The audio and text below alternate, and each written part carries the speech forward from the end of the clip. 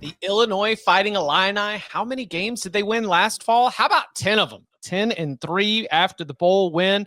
And as Brett Bielema described to us when he was joining the Cover 3 podcast at Big Ten Media Days, it was really nice because year one, they probably exceeded expectations. They win 8 games. Then they came back, had a little bit of a step back, 5-7 in 23, but then that real breakthrough. And the goal now is to make it consistent.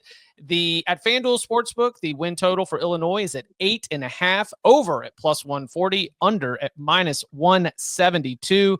You are going to have, as we've talked about several times, a trip to Durham to play Duke in the non-con. But around that, you've got Western Illinois and Western Michigan. Tom, let's do the thing. What are we doing with Illinois? I will start by saying there are 7.5s out there if you want to shop around. I'm under.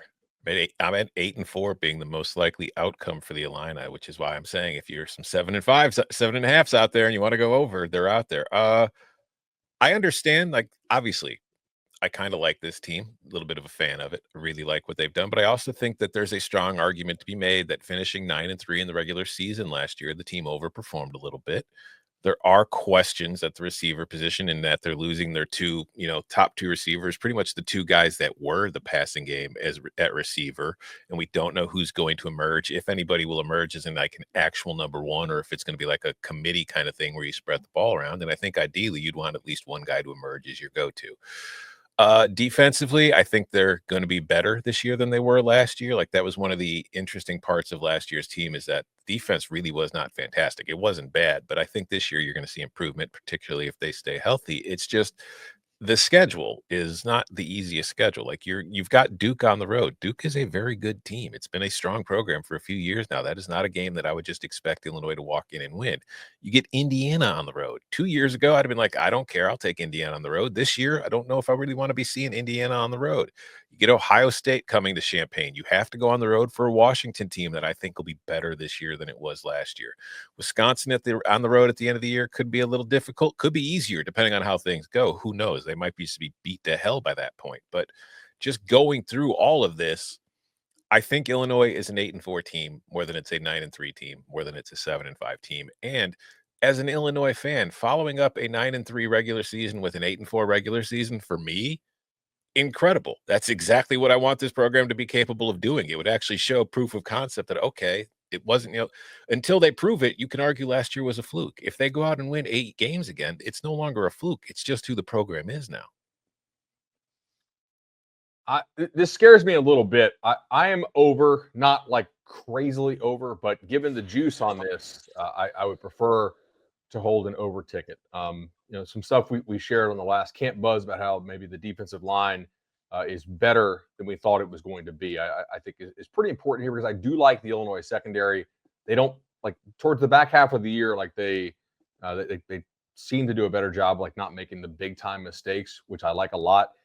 Also, like, Bielema with a good team is pretty good at avoiding the slip-ups. Mm-hmm. So he lost like 19 games in conference play in the entirety of his career at Wisconsin. You can say that was Big Ten West, and obviously, like, some of it. There's legends and leaders at one point in there. Right. But, like, if you actually dig through this, like, the vast, vast majority of the 19 losses Bielema had when he had those good Wisconsin teams was like at Ohio State, at Penn State, at number 11 Iowa, at number 15 Michigan State, like a really good D'Antoni team, like at a very good Michigan team. They were typically not losing in the role as a favorite. And when I look at this schedule, I like them catching Duke early. At Indiana won't be easy. I think hosting USC certainly won't be easy, but USC has not been a trustworthy road team under Lincoln Riley, like, at all. They lost that Maryland team last year. Maybe a bad call helped them out there. At Purdue, I love seeing that as one of your 4 conference road games, because that's one you should win. Last year, they actually gave them a scare, so hopefully they should be eyes open for that. Bye week before going to Washington, I like a whole lot, honestly. Like, Rutgers at home, I think they have a very good chance to finish the year on a 4-game win streak, even if they drop the game at Washington. And I just don't see more than one game in which they're a large underdog. So if you give me like a really good O-line and a better D-line than people think, and a trustworthy veteran secondary, and a quarterback who's that old, I don't like the receivers either. But, like, I kind of think this team could go even 10-2. If things break their way, I think 9 with these odds, I'd rather have the over than the under because I do think there's some real upside, especially if they can stay healthy. Man, I'm about to switch mine. I was on the under. Bud's got me convinced maybe to take the swing at the over here. We are a Luke Altmaier podcast, right? Yeah, I mean, We're a Luke Altmaier podcast. It was in the Chipalytics. That's 0.75 wins that I'm just tacking on. You know, like you're just Luke Altmaier's presence. That is nearly a whole win in my eyes. The 4 toss-up games on the road, which were really scaring me: Duke, Indiana, Washington, Wisconsin. But Bud makes some really good points. Is Wisconsin a toss-up? I know, but depends on where you are in that team. Favorite, Yeah. But it's the Big Ten, you know. Like yeah, that's fair.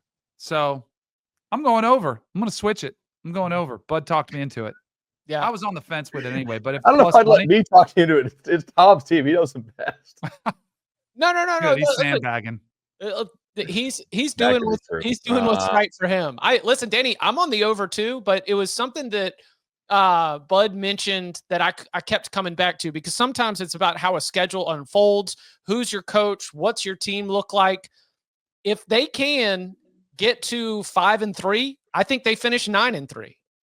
I'm willing to trust Bielema. I'm willing to trust the veteran leadership on this team that they finish 4-0. Now, it is going to be tough, as everybody here has mentioned, going through those games and even getting to 5-3, because at Washington will not be easy, especially when you've got to consider how big a game that's going to be for Washington, right? Washington is going to be just fighting, clawing, trying to get all those games of sort of middle tier, upper middle tier Big Ten teams. But I don't know where Wisconsin's going to be on November 22nd. Like, is what's jump around going to look like by the time we get to that stage of the season, given what Wisconsin's schedule is going to look like and the losses that they could accumulate. So yeah, Rutgers home, Maryland home, Northwestern home, like that's got to be 3-0, or else we've got some problems on our hands. So I think they win Wisconsin too. I've got them over as well. And it is because I'm willing to trust the resiliency of a team to take some lumps early, but still finish strong. Golly gee, fellas, I'm just hoping we get to a bowl game.